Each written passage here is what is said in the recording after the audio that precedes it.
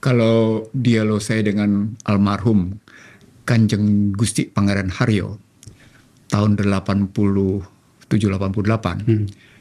saat itu yang muncul adalah tidak etiknya Soeharto memberi peluang bisnis kepada anak-anaknya.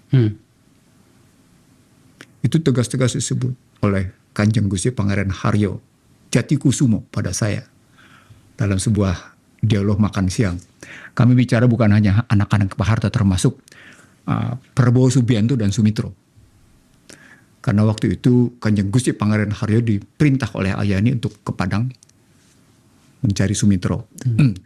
Dialog yang mendalam adalah tadi tentang bagaimana waktu itu istilahnya P3, putra putri presiden. Bagaimana bisnis. Pak Harto diingatkan oleh Kanjeng Gusti Pangeran Haryo.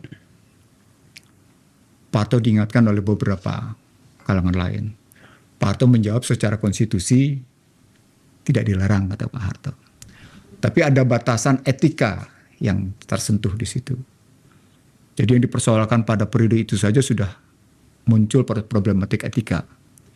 Bahwa ketika seorang pejabat menduduki satu posisi tertentu, maka semestinya sanak istri keluarga beberapa generasi ke kanan kiri, ke atas bawah gitu ya, dia tidak boleh terlibat dengan kepentingan jabatan itu.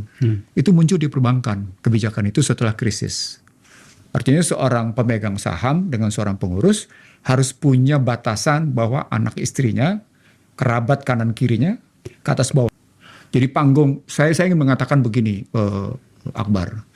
Saya mengikuti misalnya pertarungan terakhir ketika Hunter Biden terkena ya. Hunter Biden terkena. Saya mengikuti kasus Ukraina ya? Kasus Ukraina. Begitu juga saya misalnya mengikuti bagaimana Jared Kushner ikut-ikutan menjadi pemasok pengadaan senjata di Department of War. Dan sampai sekarang.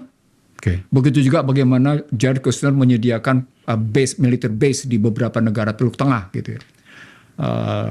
Dan itu tidak bisa dihindari siapa Jared Kushner. Gitu loh. Misalnya kalau gitu pertanyaannya. Artinya saya mau bilang adalah ketika Anda masuk dalam panggung liberal dan batasan etik itu rentan, saya nggak bilang melemah ya, rentan, maka dia mudah disusupi. Apa memang tak ada sebuah garis demarkasi baik secara perundang-undangan, apalagi etik ya? Itu seperti itu kenapa terus terjadi? Secara konstitusional sebenarnya ada. Apa itu? Di alinea 3 bunyinya. Berkat rahmat Allah yang Maha Kuasa dan didorongkan, kalimat didorongkan oleh keinginan luhur itu artinya seorang pejabat dia harus membatasi dirinya. Sepanjang keinginan adalah keinginan negara dan bangsa, dia harus jalani. Tapi begitu menyangkut kepentingan keluarga, kepentingan diri, kepentingan golongan, dia harus tinggalkan.